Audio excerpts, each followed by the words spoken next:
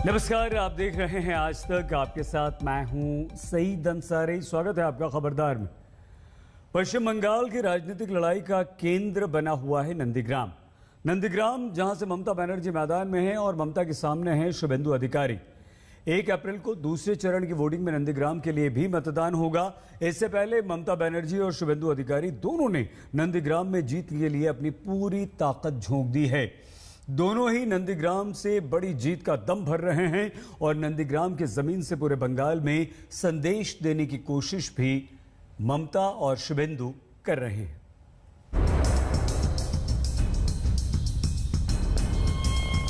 আমাকে আঘাত করলে আমি সিংহের মতো ঝাঁপিয়ে পড়ি।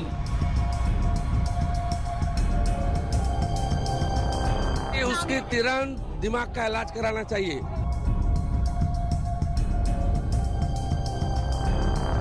একদিন এমন দিন আসবে না ঘাটা হয়ে ঘুরে বেড়াবে।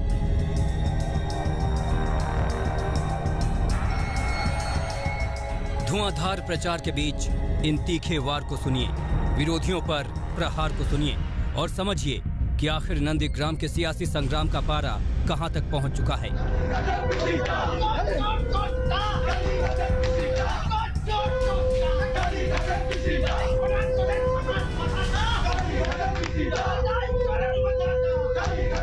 नंदीग्राम की गलियों में नारों का शोर और नेताओं के जयकारों का जोर है और समर्थकों के इसी जोश के दम पर दीदी और शुभेंदु दोनों ही अपनी अपनी जीत का दम भर रहे हैं। আরে আমি কথা দিলে কথা রাখি। আমি কথা দিলে কথা রাখি। আমার একটা দুটো তিনটে জায়গায় দাঁড়ানোর দরকার নেই। দাঁড়াবো ওখানে, জিতবো এখানে, লড়বো এখানে, সরকার করবো এখানে।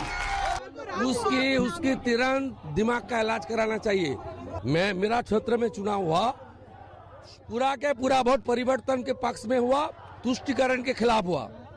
30 में 30 भाजपा जीतेगा। नंदीग्राम की लड़ाई दोनों पार्टियों के लिए नाक का सवाल है, सियासी साख का सवाल है और इसी साख को बरकरार रखते हुए बीजेपी और टीएमसी दोनों बंगाल विजय का रास्ता तय करने की कोशिश में हैं। यही वजह है कि ममता बनर्जी व्हील चेयर पर बैठकर नंदीग्राम की गलियों में घूम रही हैं, तो शुभेंदु अधिकारी नंदीग्राम के घर घर पहुंचकर जीत के लिए आशीर्वाद ले रहे हैं। 1 अप्रैल तक नंदीग्राम में ही डेरा डाल चुकी दीदी ने आज व्हील चेयर पर बैठकर यहां की गलियों में करीब 8 किलोमीटर की यात्रा की। तृणमूल कांग्रेस सुप्रीमो ममता बनर्जी इस वक्त नंदीग्राम के रास्ते में किस तरह से कैंपेन कर रहे हैं आप देख सकते हैं। गांव के अंदर वो चली जा रही है व्हील चेयर में। उन्हीं के जो लोग हैं, जो सिक्योरिटी है, उनको व्हील चेयर में लेके नंदीग्राम के गांव में घुमा रही हैं। और जो उनका प्लान्ड कैंपेन था, जो पदयात्रा था 8 किलोमीटर लंबा, वो मेन रोड से होके गुजरना था, लेकिन अभी वो नंदीग्राम के विभिन्न जो गांव हैं उनके अंदर वो कैंपेनिंग कर रही हैं। रास्ते में लोग मिलते तो बातचीत कर ममता ये समझने की कोशिश करती कि आखिर नंदीग्राम में चुनावी बयार किस ओर बह रही है, क्योंकि बीजेपी से प्रत्याशी बनाए जाने के बाद शुभेंदु अधिकारी नंदीग्राम में ही जमे हुए हैं ताकि 50,000 से ज्यादा वोटों से दीदी को हराने के दावे को सच साबित कर सकें। नंदीग्राम के इस महासमर में ममता बनर्जी की ही तरह शुभेंदु अधिकारी के लिए भी करो या मरो की स्थिति है और यही वजह है कि शुभेंदु अधिकारी लगातार अपना फोकस नंदीग्राम पर जमाए हुए हैं और चुनावी प्रचार सुबह से रात तक कर रहे हैं, क्योंकि नंदीग्राम की हार जीत तय करेगी शुभेंदु के भविष्य की दिशा। वहीं ममता बनर्जी की कोशिश है कि जिस नंदीग्राम की जमीन से उठाकर उन्होंने शुभेंदु अधिकारी को इतना बड़ा नेता बनाया, उसी जमीन पर शुभेंदु को सियासत की सबसे बड़ी हार दी जा सके। 3 বার হেরেছে, 2-3 বার পর হেরেছে, তারপর তো তৃণমূল ক্ষমতায় আসার পর থেকে সব জিততে শুরু করলো। এই হচ্ছে অতি লোভে তাঁতি নষ্ট। অতি লোভের এইটাই হচ্ছে অবস্থা। একদিন এমন দিন আসবে না ঘাটকা হয়ে ঘুরে বেড়াবে।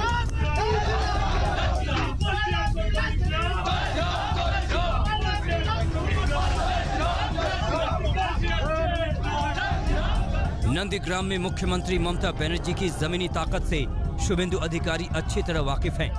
यही वजह है कि वो लोगों के बीच पहुंचकर प्रचार कर रहे हैं।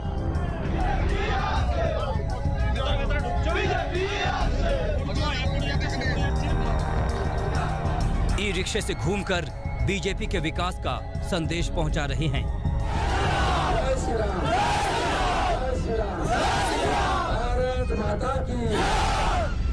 जगह जगह जनसभाएं कर रहे हैं और ताबड़तोड़ प्रचार के बीच कार्यकर्ताओं के घरों में ही खाना भी खा रहे हैं। चुनाव प्रचार के दौरान ये लंच ब्रेक का समय है। इस वक्त नंदीग्राम के रामचक में हैं। यहाँ पे उनकी सुरक्षाकर्मी भी खा रहे हैं शुभेंदु अधिकारी के, और शुभेंदु अधिकारी भी दोपहर का लंच यहाँ पर ले रहे हैं। भीतर में मैं दिखाऊंगा, यहाँ पर शुभेंदु अधिकारी इस वक्त लंच कर रहे हैं, दोपहर का भोजन। सुबह से चुनाव प्रचार पे निकले हुए हैं, चावल खा रहे हैं, चावल, दाल, सब्जी, 2-3 तरह की सब्जियाँ हैं और समूचा शाकाहारी भोजन है। दरअसल चुनाव प्रचार में जो गर्मी है, ऐसे में शाकाहारी भोजन ही ज़्यादातर नेता पसंद करते हैं और शुभेंदु अधिकारी भी फिलहाल इस वक्त शाकाहारी भोजन पसंद करते हैं और ज्यादातर दिनों में वो शाकाहारी भोजन करते हैं। नंदीग्राम की सड़कों, संकरी गलियों में ममता बनर्जी और शुभेंदु अधिकारी के प्रचार के बीच आज तक संवाददाता भी दोनों के साथ बने रहे। इसी नंदीग्राम में ममता बनर्जी के पैरों में चोट लगी थी और अब इसी नंदीग्राम से शुभेंदु बंगाल की सियासत से टीएमसी का पांव उखाड़ने की बात कह रहे हैं। ममता बनर्जी का बात का कोई असर इधर नहीं पड़ेगा। इधर ममता बनर्जी को लोग पूरा के पूरा कड़ा से कड़ा उसका समुचित जवाब मिल जाएगा एक तारीख। शुभेंदु को भरोसा है बीजेपी का विकास का वादा, लगातार प्रचार और दीदी के खिलाफ गुस्सा नंदीग्राम में उनकी जीत के सबसे बड़े फैक्टर बनेंगे। लेकिन दीदी दम भर रही हैं कि इस बार नंदीग्राम से सिर्फ शुभेंदु को नहीं बल्कि पूरे अधिकारी परिवार को जवाब मिलेगा। নন্দীগ্রামটা আমি লড়াই করতে দিয়েছিলাম এই কারণে যে নন্দীগ্রামটা আমার খুব প্রিয় ছিল। নন্দীগ্রাম নিয়ে আমি আন্দোলন করেছি। নন্দীগ্রামে যখন প্রথম আন্দোলন হয়, কে ছিল আপনাদের সাথে? কারা ছিল আপনাদের সাথে? বাপ বেটাকে তখন দেখা যায়নি, 10-15 দিন পরে জুটেছে এসে যখন সব স্বাভাবিক হয়ে গেছে। नंदीग्राम का जो आंदोलन के साथ जुड़ा हुआ लोग, वो उसका सही समुचित जवाब सही वक्त पर देते। नेताओं के इस वार पलटवार वाली तलखी का असर जमीन पर भी दिखाई दे रहा है। नंदीग्राम में प्रचार के दौरान टीएमसी कार्यकर्ताओं ने शुभेंदु का विरोध शुरू कर दिया।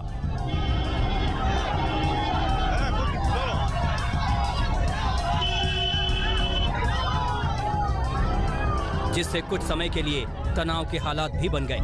ये वही इलाका है जहां आंदोलन कर दीदी ने बंगाल की सियासत में अपना सिक्का जमाया था। बीजेपी ममता को उनके ही गढ़ में परास्त करने की कोशिश में लगी है। यही वजह है कि 1 अप्रैल से नंदीग्राम सीट के लिए वोटिंग से पहले कल गृह मंत्री अमित शाह यहां अंतिम दौरे के प्रचार की कमान संभालेंगे। मैं नंदीग्राम के मतदाताओं को इतना ही कहना चाहता हूं कि बंगाल के अंदर परिवर्तन अगर करना है तो बंगाल की 200 सीटों ने परिवर्तन करना पड़ेगा। नंदीग्राम अकेला ही कर दे तो बंगाल के अंदर अपने आप परिवर्तन हो जाएगा। 1000 নেতা নিয়ে বসে আছে দিল্লি থেকে, সব হোটেল বুক করে রেখে দিয়েছে, সব নেতারা ঘুরে বেড়াচ্ছে। আমি বলেছি আমি একা নই রে, তোদের ক্যালকুলেশন ভুল। আমি একা, আমার সাথে 100% মানুষ আছে। नंदीग्राम की लड़ाई का संदेश पूरे बंगाल चुनाव पर पड़ना तय है। यही वजह है कि ममता और बीजेपी दोनों ने यहां प्रचार में अपना दमखम झोंक दिया है। अब 1 अप्रैल को मतदाताओं को फैसला करना है कि वो किसके दावों, वादों और सपनों पर विश्वास जताती है। इंद्रजीत कुंडू के साथ अनुपम मिश्र, नंदीग्राम आज तक। बंगाल में दूसरे चरण की वोटिंग से पहले बीजेपी को टीएमसी पर हमले का एक और हथियार मिल गया। मुद्दा बीजेपी कार्यकर्ता की मां की मौत का है और इस बहाने बीजेपी बंगाल की बेटी की सुरक्षा का सवाल उठाकर ममता बनर्जी पर हमलावर हो गई है।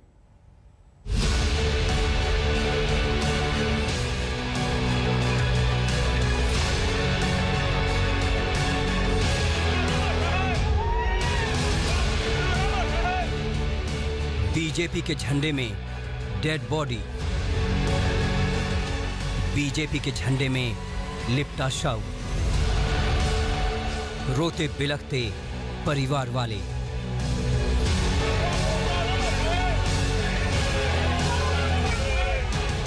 और शोभा मजुमदार अमर रहे के नारे।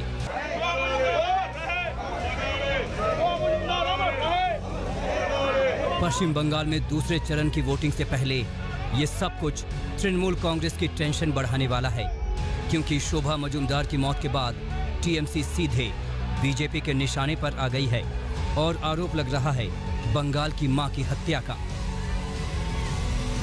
बेटा बीजेपी कर रहा है, इसलिए उनका माता जी को लास्ट फरवरी महीना में उसको इतना पीटा था। तो कल दोल पूर्णिमा के दिन में उनका देहांत हो गया है। वेंटिलेशन में था, उनका बहुत चोट भी लगा था, अंदर में हेड इंजरी था। सब पूरा देश दिखा कैसा 84 इयर्स का जो वृद्धा माताजी था उसका ऊपर अत्याचार हुआ था। बंगाल का बेटी जो कैंपेनिंग हो रहा है पश्चिम बंगाल में, मुख्यमंत्री खुद बंगाल का बेटी बोल रहा है। क्या वो बंगाल का बेटी नहीं है, बंगाल का मां नहीं है? दरअसल 85 साल की शोभा मजुमदार नॉर्थ 24 परगना में बीजेपी कार्यकर्ता की मां थी, जिसकी पिटाई का आरोप टीएमसी कार्यकर्ताओं पर लगा था। और अब इस बुजुर्ग महिला की मौत के बाद बीजेपी के दिग्गज नेताओं ने भी ममता सरकार के खिलाफ मोर्चा खोल दिया है। गृह मंत्री अमित शाह ने शोभा मजुमदार की मौत को बंगाल चुनाव से जोड़ते हुए ट्वीट किया, बंगाल की बेटी की मौत से दुखी हूं, टीएमसी के गुंडों ने उनसे मारपीट की। मजुमदार परिवार के इस घाव का दर्द ममता दीदी को लंबे समय तक परेशान करेगा। बंगाल हिंसा मुक्त कल के लिए लड़ेगा ताकि हमारी माताओं और बहनों को सुरक्षित भविष्य मिले। इस हमले और आरोपों के बीच टीएमसी कह रही है कि शोभा मजुमदार की मौत उनकी पुरानी बीमारियों और बीजेपी टीएमसी कार्यकर्ताओं के बीच हुए विवाद में नीचे गिरने से हुई है। এক কথা আমি তো অনেকবার বলেছি, মা তো আগাগোড়ায় রুগী দিল, তারপরে সেই দিন আমার ঘর ভেঙে আমাকে মারার পরে মারে ধাক্কাধাক্কি করে, তারপরে মা হসপিটাল ভর্তি ছিল। কলকাতায় ছিল ভর্তি? হ্যাঁ, কলকাতা। আচ্ছা, তাহলে পরে ওখানে ট্রিটমেন্ট কে দিচ্ছিল? সব চিকিৎসার খরচ কে দিচ্ছিল সব? আমার তো এইখানে কেউ নেই। হ্যাঁ, এবং আমার কর্মী এরা আমার সঙ্গেই ছিল, ওরাই ইয়ে করেছে, হ্যান্ডেলিং করেছে ব্যাপারটা, আমি ঠিক বলতেও পারবো না। चुनाव के दौरान बंगाल की बेटी का मुद्दा पहले ही छाया हुआ है। शोभा मजुमदार पर हमले के आरोप के बाद भी बीजेपी ममता बनर्जी पर हमलावर थी और अब उसका प्रहार और भी तीखा हो गया है। वहीं ममता बीजेपी पर मौत का सियासत करने का आरोप लगा रही है और सवाल कर रही है कि बीजेपी शासित राज्यों में महिलाओं की सुरक्षा का क्या हाल है। बंगाल का क्या हाल है, तुम्हारा यूपी का क्या हाल है, तुम्हारा हाथरस का क्या है, दिल्ली का क्या है, राजस्थान के क्या है? তখন কি অমিত শাহর মুখে লুকো প্লাস্টার দিয়ে বসে থাকে না ঠুটো জগন্নাথের মতো ফুটকা হয়ে বসে থাকে, মুখ দিয়ে কথা বেরোয় না? আর বাংলা কিছু দেখলে টুইট করছে, জীবনে টুইট মানেই জানতো না। बीजेपी ने शोभा मजुमदार की फोटो को ममता के खिलाफ पोस्टर वॉर में भी इस्तेमाल किया था, जिस पर बंगाल की सियासत में खूब हंगामा हुआ था। और अब शोभा मजुमदार की मौत के बाद इस पर सियासत और बीजेपी टीएमसी का टकराव बढ़ना तय है। इंद्रजीत कुंडू के साथ अनुपम मिश्र, नंदीग्राम, आज तक। और अब टीएमसी की एक नेता की बात। टीएमसी की स्टार कैंपेनर हैं नुसरत जहां। उनका एक वायरल वीडियो और बीजेपी इस वीडियो पर खूब चुटकी ले रही है। इस वीडियो में प्रचार करते करते नुसरत जहां का पारा ऐसा चढ़ा कि लोग हैरान रह गए। आपको भी हैरानी होगी।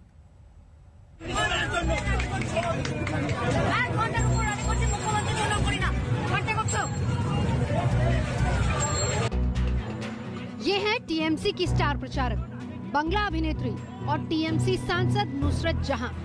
नुसरत का ये वीडियो खूब वायरल हो रहा है। इस वीडियो में नुसरत बोलते हुए दिख रही हैं कि मैं 1 घंटे से ज्यादा वक्त तक प्रचार नहीं करती, इतना तो सीएम के लिए भी नहीं करती।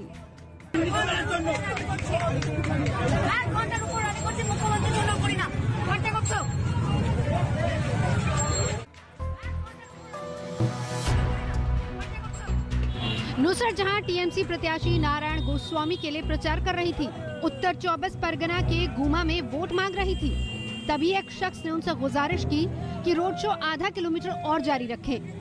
इतना सुनते ही नुसरत झल्ला गई। वो जीप से नीचे उतर आई और आगे प्रचार करने से मना कर दिया। এটা অ্যাকচুয়ালি আমি জানি না, এটা কখন উনি বলেছেন, কোথায় বলেছেন আমি এটা জানি না। আর দ্বিতীয়ত হচ্ছে আমার এই ভিডিওটা নিয়ে সন্দেহ আছে। बीजेपी ने नुसरत के वीडियो पर जमकर चुटकी ली। बीजेपी ट्विटर हैंडल से वीडियो भी ट्वीट किया गया। स्थानीय बीजेपी नेता ने कहा कि ये तो जमीन पर उतरे सितारों का ड्रामा है। সে অভিনয় জগৎ থেকে মানুষের সেবায় আসেন, এটা খুব ভালো কথা, কিন্তু অভিনয় জগতে এখানে এসে সেই নাটকটা অনেকে ধরেই রাখেন। नुसरत जहां टीएमसी की स्टार कैंपेनर हैं, संसद में टीएमसी की लोकप्रिय चेहरा भी हैं। वो पार्टी के लिए बढ़ चढ़कर बोलती रही हैं, लेकिन इस वीडियो में उनके तेवर देख लोग हैरान रह गए। कोलकाता से दीपक देवनाथ के साथ आज तक ब्यूरो। और अब खबर कश्मीर में हुए आतंकवादी हमले की। सोपोरा में आतंकवादियों ने ऐसा घिनौना खेल खेला कि पूरा कश्मीर थर्रा उठा। आतंकवादियों ने पार्षदों की मीटिंग पर ताबड़तोड़ गोलियां बरसा दी, लेकिन दहशत उस समय फैल गई क्योंकि जहां ये बैठक चल रही थी उसके ठीक पास में एक स्कूल है। आतंकवादी हमला जैसे ही बच्चों तक पहुंचा, बच्चों के परिजन वहां तक पहुंच गए। बच्चे परेशान हो गए और किसी तरह से जवानों ने मोर्चा संभाला, बच्चों को संभाला।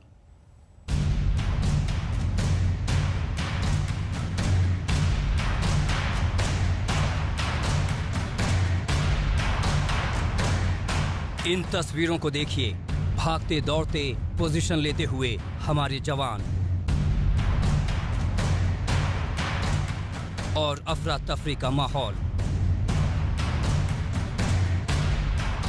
जी हां, जम्मू कश्मीर के सोपोर में आतंकी हमला होता है तो पूरा इलाका थर्रा उठता है।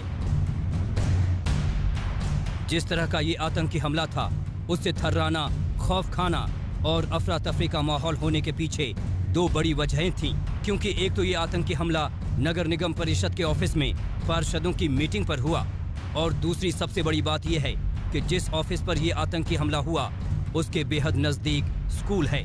आतंकी हमले के वक्त स्कूल में बच्चे भी मौजूद थे।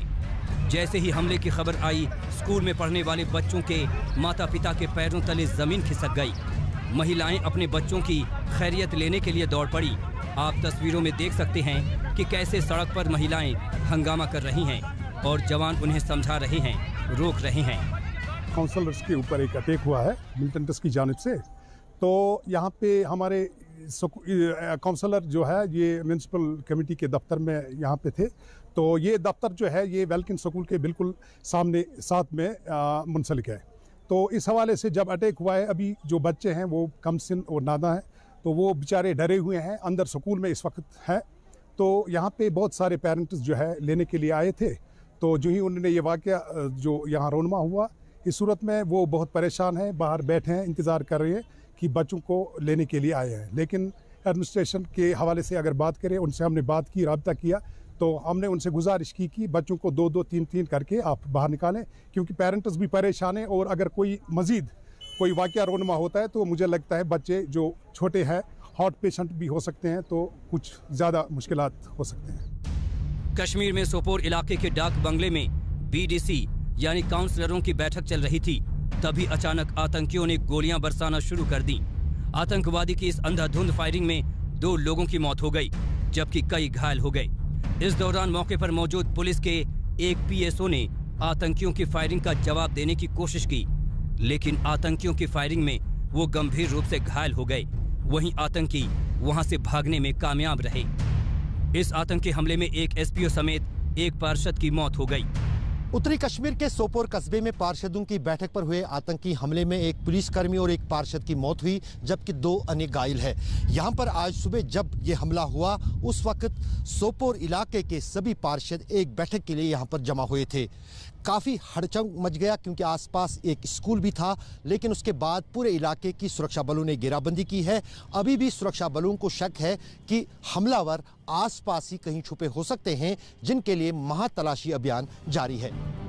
आतंकी हमले में जिस काउंसलर की मौत हुई उसका नाम रियाज अहमद है और मारे गए पीएसओ का नाम मुश्ताक अहमद है।